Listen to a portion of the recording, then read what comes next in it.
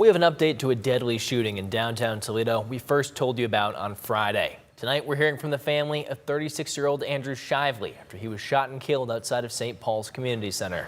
Laura Sandlin joins us in studio now. Laura, you spoke with a member of the family. What did she share with you? Michael, I spoke with Patricia Carson, Andrew's sister. She says his death was not only a shock, but an immense loss for their family. It was Friday night, just after 5:30, when Patricia Carson got the call her brother had been killed. Earlier in the day, Toledo police officers had responded to St. Paul's Community Center for a person shot. That's where they found Andrew Shively. After attempting to save his life, Shively died at the hospital. For Carson, it was news that cut her to the core. He had a lot of potential. He was very smart, very talented. He wasn't the type of person who was looking for trouble or fights with anybody like that. He was just a happy spirit.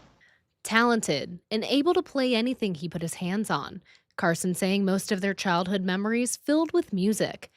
However, the music faded as they grew into adulthood, with Shively struggling with mental health for years, eventually ending up homeless. Carson explained she tried helping him numerous times with no success, and despite his struggles, they kept in contact, the only family left in his life. But she says in the months leading up to his death, things were beginning to look up. He had been getting involved in playing the keyboard for a church. We enjoy doing music together and things like that. We're a really musical family. But that second chance never came.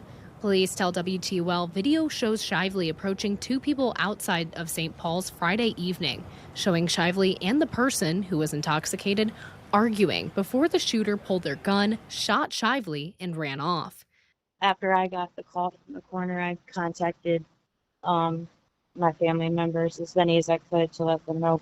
Now, Carson says as she reminisces on the years they spent together, the musical moments they can now never replicate. The family's focus is shifting to getting her brother justice.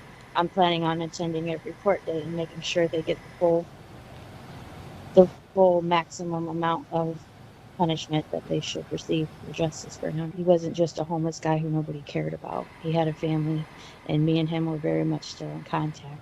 Things were looking up for him, and he had high hopes for the future. He was just in a rough spot. As of right now, there is no suspect in custody. We reached out to Toledo police to see if there were any updates regarding the case, but we've not heard back yet at this time. Carson tells me their family is now preparing funeral arrangements for Andrew and that they're creating a GoFundMe for anyone who's willing to donate. In studio, Laura Sandlin, WTOL 11.